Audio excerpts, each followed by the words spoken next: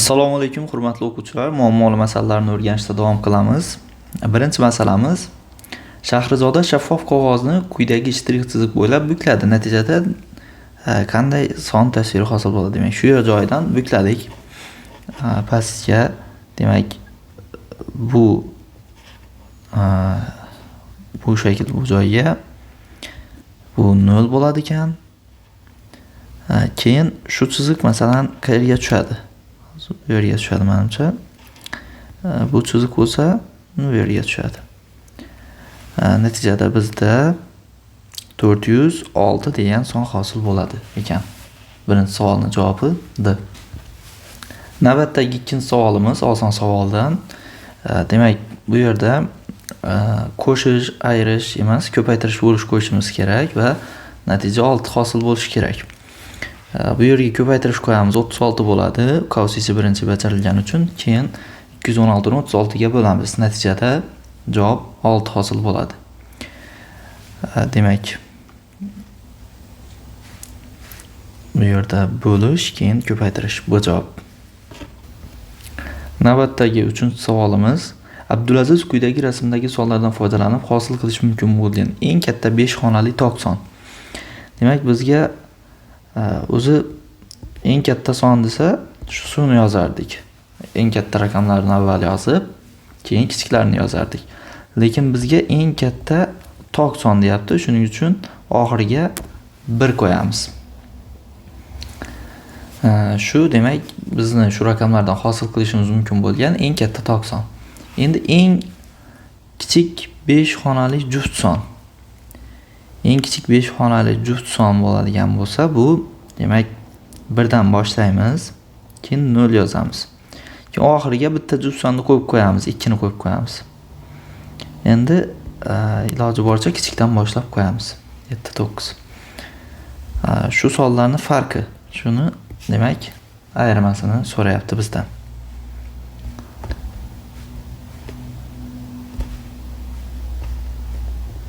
Javobimiz B javob chiqadi. Navbatdagi 4-savol raqamlari bir-biridan 2 ga farq qiluvchi 2 xonali sonlar nechta? Demak, raqamlari bir-biridan 2 ga farq qiluvchi 13 bo'lishi mumkin. 20 bo'lishi mumkin. 2 bilan 0 2 taga farq qiladi. 24 bo'lishi mumkin. 2 bilan 4 2 taga farq qiladi. Ketma-ketlikda yozib boramiz, adashib ketmaslik uchun.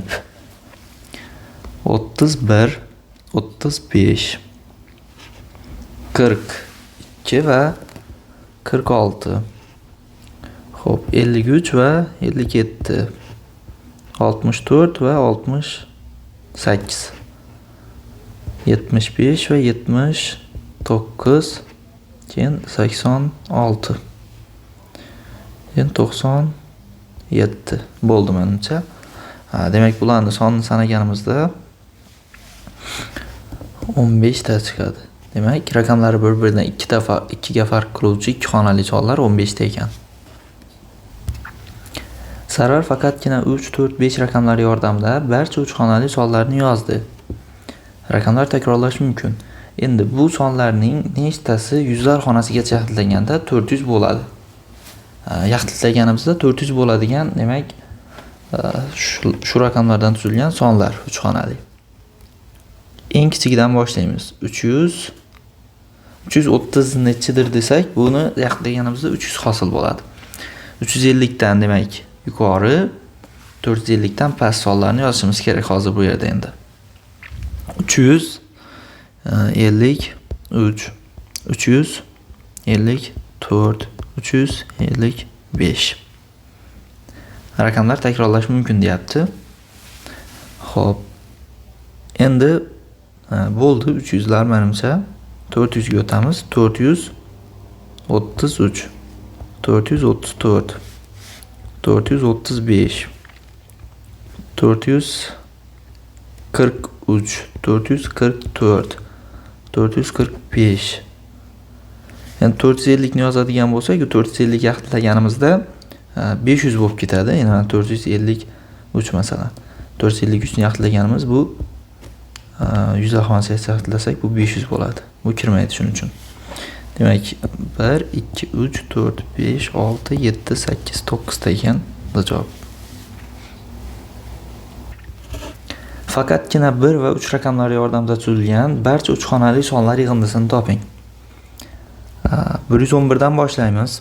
113, 131, 133, 311, 331, 313, 313, 331, 333. Şu sonlarning yig'indisini topamiz. Bu yig'indi bizda 1776 bo'ladi. Demak, javobimiz A. Navbatdagi 7-savolimiz raqamlar ko'paytmasi 10 ga teng bo'lgan 3 xonali sonlar nechta? Demak, o'zi ko'paytmasi 10 ga teng bo'lgan sonlar bu bo'lishi mumkin. Masalan, 10 bilan 1 bo'lishi mumkin. Lekin bu yerda raqam kerak bizga. Chunki har bir joyga bitta raqam yoza olamiz. 5 bilan 2 bo'lishi mumkin. Xo'p, demak 5, 2, keyingi son 1 bo'lishi mumkin. 5 bilan 2 dan boshqa raqamlar ko'paytmasi 10 bo'ladigan boshqa raqamlar bormi? Ikkita raqam ko'paytmasi 10 bo'ladigan. Boshqa yo'q. Demak 5 bilan 2 faqat. Keyingi raqam albatta o'z-o'zidan 1 bo'ladi bu ko'paytma 10 bo'lishi uchun. Endi 5, 2, 1 dan 3 xonali sonlar tuzib chiqamiz. 125, 152, 215, 251, 521, 512. Mana 6 ta bo'ldi. Buni demak boshqa usulda ham topishimiz mumkin, kombinatorikani biladigan o'quvchilar uchun. Demak, birinchi xonaga 3 ta sondan xohlaganimizni tanlashimiz mumkin, keyingisiga 2 ta va keyingisiga 1 ta. 3, 2, 1, 6. Qaysi usul qulay bo'lsa, shunda yechamiz.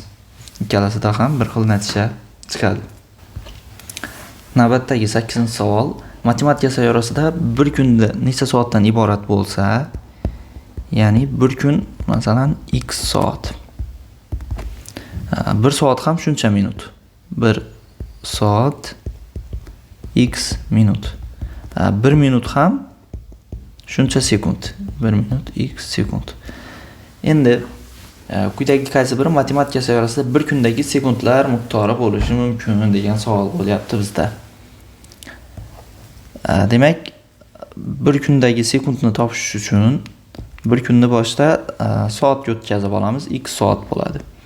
Keyin chiqqan natijani yana minutga o'tirish uchun yana x ga ko'paytiramiz. Keyin sekundga o'tirish uchun yana x ga ko'paytiramiz. Ya'ni x 3 ta bir xil sonni ko'paytmasi bo'ladi. Javoblardan qaysi biri 3 ta bir xil sonni ko'paytmasi bo'lishi mumkin? Shuni tekshirib ko'ramiz. Bo'lishi mumkin deyapti. 400 3 ta bir xil sonni ko'paytirganimizda 400 chiqishi mumkinmi?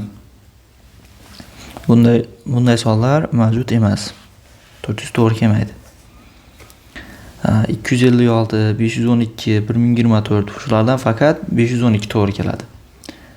8, 8 va 8 ni ko'paytirganimiz 512 bo'ladi. Faqat javoblardan shu to'g'ri keladi. Boshqa javoblar demak 3 ta bir xil sonni ko'paytmasiga teng emas. Demak to'g'ri javob S. 12-asrda raqamlar yig'indisi 12 ga teng bo'lgan nechta yil bor? 12-asr deganimiz demak 1100-yildan boshlab 1199-yilgacha bo'lgan davr kiradi 12-asrga. Shularning orasida raqamlar yig'indisi 12 bo'lgan nechta yil bor deyapti. Demak 1100 yana nechadir bo'lishi kerak. Bir boshidan boshlaymiz. Demak bu ikkitasini yig'indisi jami 12 bo'ladi. Bu ikkitasini yig'indisi bo'lsa 10 bo'lishi kerak. 19 1100 20 nechi 8 1137 1146 55 yana 1164 1173 1182 1191 mana. Demak 1 2 3 4 5 6 7 8 9. Demak 9 ta bor ekan. Raqamlar yig'indisi 12 ga teng bo'lgan yildan qisqa javob. 10-savol. Oshxonada hajmi 8 litr, 9 litr, 11 litr, 13 litr, 14 litr bo'lgan bittadan shisha idishlar bor. Jamshid ba'zi idishlarni olma sharbati bilan, ba'zi idishlarni o'rik sharbati bilan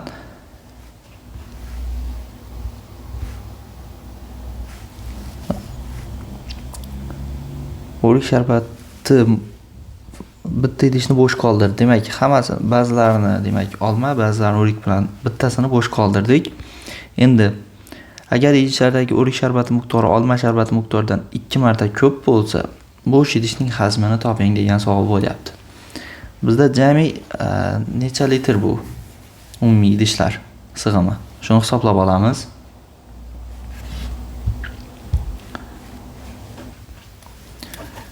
Demak, bizda 55 litr jami.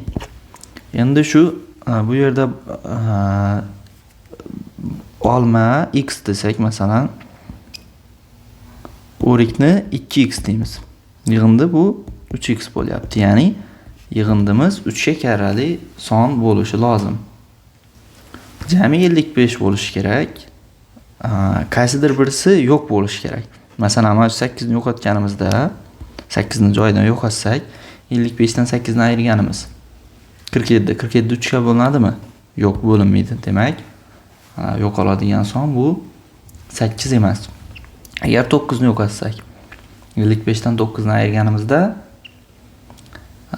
3 ga karrali son chiqadimi? Yo'q, chiqmaydi. Bizda 46 hosil bo'ladi. 11 ni ayirganimizda-chi 55 dan 44. 44 ham 3 ga karrali emas. 13 ni ayirganimizda demak 42 chiqadi va 42 3 ga karrali bo'ladi. Demak, bo'sh idishimiz bizda 13 litr ekan.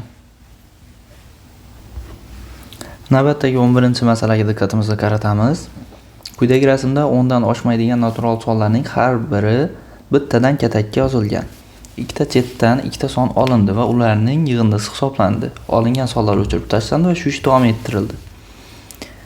Demak, ikkita chetdan ikkita son olindi va ular yig'indisi hisoblandi. Hammasida bir xil natija chiqqan. Demak, bu yerda hozir bizga ma'lumi 3 va 8 ning yig'indisi 11 bo'ladi. Demak, hammasida yig'indi 11 chiqqan. Demak, bu yerda 1 bilan 10, demak, bu yerda 4 bilan 7.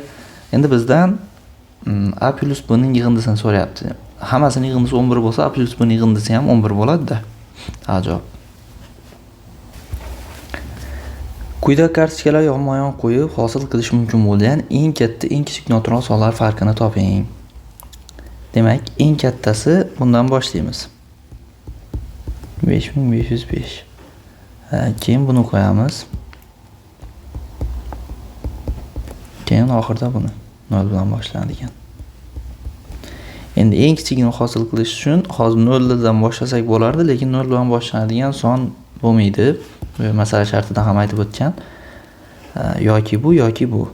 Qaysi biridan boshlaymiz? Bundan boshlaymiz, kichigidan. Endi 0likni qo'yishimiz mumkin. Keyin oxirida qolganini qo'yamiz. Endi bularni, demak, farqini so'rayapti. Ayirmasini. Buni hisoblaymiz.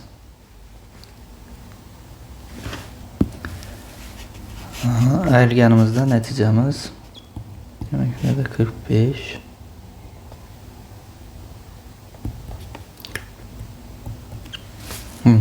Shu natija hosil bo'ladi bizda. Endi biz javoblarda bunday javob yo'q, lekin yechim to'g'ri yechildi. Javob deb ketsak ham bo'ladi buni. 13-savol. Rasmda berilgan ma'lumotlarga ko'ra so'roqni toping. Demak, shu 3 ta yig'indi 17 ga teng ekan. 17 ning 7si bittasi yodda turadi. Buni qo'shsak yana 17, 18 bo'ladi, bittasi yodda. Keyin qo'shsak yana 17, 18 bittasi yodda. Keyin bularning yig'indisi 12, 21 yoddagi bilan 22. Demak, to'g'ri javob B. Bu albatta bizni zukka o'quvchilar uchun qiyinlik qilmaydigan savol. Demak, sunnatda quyidagi raqamlar yozilgan 4 ta kartochka bor. Sunnat bu kartochkalar yordamida nechta turli 4 xonali son yozishi mumkin? Eng kichigidan boshlaymiz va shu tartibda davom qilamiz. 5 bilan boshlanadiganlar bo'ldi menimcha. Endi 8 8558 85 8855. Faqat shularni yozish mumkin. Demak, 6 ta. Bu javob. Navbatdagi 15-savolga diqqatimizni qaratamiz. Demak, shu katakchalarni bo'yash orqali 562 soni hosil qilindi. Endi shuni 784 ga o'zgartirish uchun nechta rangni demak o'zgartirishimiz kerak? Nechta katakchani rangini o'zgartirishimiz kerak degan savol bo'lyapti. Masalan, 5 dan 7 ga o'tish uchun biz bu yerdan bittasini demak qoraga aylantirishimiz kerak va qolgan ortiqcha qoralarni oqga aylantiramiz. 1 2 3 4 5 6. Demak, 6 tasini rangini o'zgartirishimiz kerak 5 ni 7 ga aylantirish uchun. 6 ni 8 ga aylantirish uchun bittasini rangini o'zgartirishimiz kifoya. Buni demak shu joyini qoraga bo'yasak kifoya. Demak, bu yerda 6 1 va endi buni 4 ga aylantirish uchun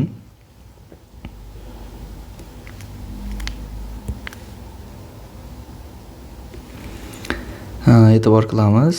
Bitta rangni demak ikkita rangni qoraga bo'yashimiz kerak. Keyin qoralarni oqga aylantiradiganmiz. 3 4 5 6 ta rang. Demak, jami 13 ta rang bo'ldi. Bu S javob.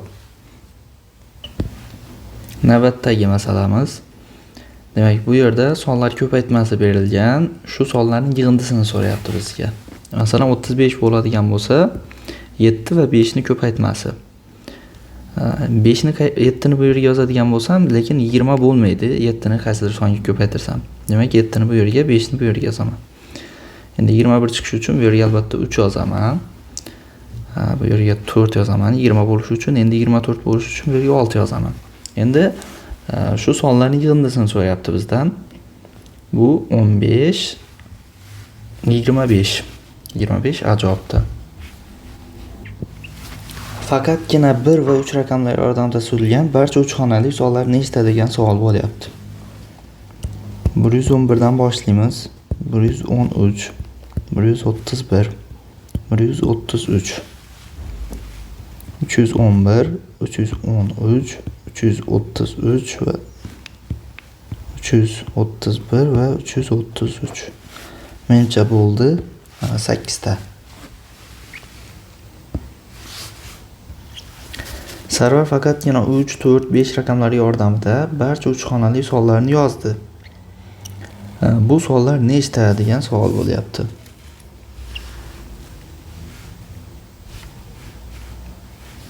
Raqamlar takrorlash mumkin deyapti. Demak, buni yozib chiqish varianti ham bor. Demak, kombinatorikani biladigan yoki bilmaydigan o'quvchilar uchun eslatib o'taman. Birinchi xonamizga demak shu 3 ta sondan xohlaganimiz 3 ta tanlov imkoniyatimiz bor. Ko'paytiramiz. Ikkinchisiga ham xohlagan 3 tamizni tanlay olamiz. Chunki demak raqamlar takrorlash mumkin deyapti. Keyingisiga ham shu 3 ta sondan xohlaganimizni qo'yib bilamiz. Bularni ko'paytmasi 27 bo'ladi. Demak, 27 ta son yozish mumkin ekan bu yerda. 334, 335 deb demak ketma-ket yozib chiqqaningizda ham demak baribir bu yerda 555 gacha yozasiz. Baribir demak 27 ta hosil bo'ladi yozib chiqqanda ham. Navbatdagi 19-savol. Endi bu yerda raqamlarni takrorlash mumkin emas ekan. Xo'p, raqamlar takrorlash mumkin emas desa, birinchi xonaga demak 3 xil tanlov imkoniyatimiz bor. Keyin endi bitta sonni tanlab bo'ldik. Endi bizda faqat ikkita sondan birini tanlash imkoniyati qoldi. Keyingisiga faqat bitta son qoladi. Bu 2 1 ko'paytiramiz, 6 bo'ladi. Buni agar yozib chiqadigan bo'lsak ham baribir 6 ta son hosil bo'ladi. Ya'ni 345, 354, 453, 435, 543, 534 mana. 6 ta. Bu javob. Qaysi usul qulay bo'lsa, shu usulda yechaveramiz. Sarvar faqatgina 3, 4, 5 raqamlar yordamida barcha 3 xonali sonlarni yozdi. Bu sonlarning eng kichigi. Eng kichigi demak raqamlar takrorlash mumkin bo'lsa 333 bo'ladi. Agar takrorlash mumkin emas bo'lsa 345 bo'lgan bo'lardi. Demak to'g'ri javob A.